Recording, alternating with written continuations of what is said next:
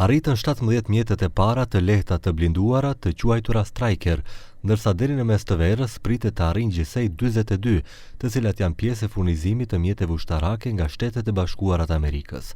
Bëhet fjalë për mjete që ofrojnë mobilitet të jashtëzakonshëm, duke pasur parasysh se mund të transportojnë një njësi prej 11 ushtarësh dhe të arrijnë një shpejtësi maksimale deri në 100 km/h.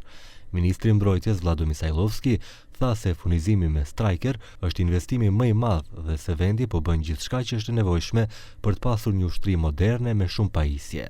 Ono što го бара НАТО од нас е да вложуваме преку 20% во модернизација, ние го правиме тоа уште повеќе, преку 32% во нашиот буџет се директно за модернизација. Следат уште многу проекти, бидејќи во изминатиот период заедно со нашите пријатели од САД направивме повеќе договори влада со влада, најголем дел помина во собранието. Очекуваме следниот период за дополнителни наоружувања, дополнителна опрема, безпилотни летала, опрема за специјалните единици и многу проекти.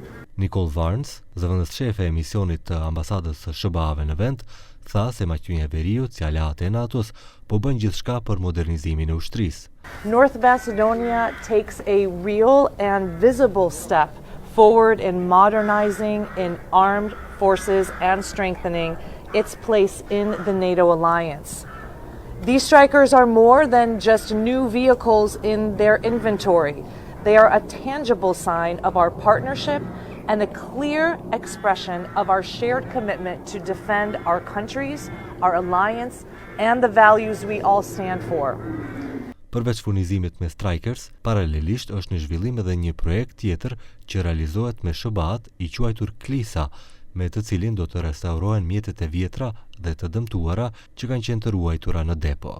Deri tani janë siguruar pjesë rezervë dhe pajisje për t'i bërë funksionale edhe këto mjete.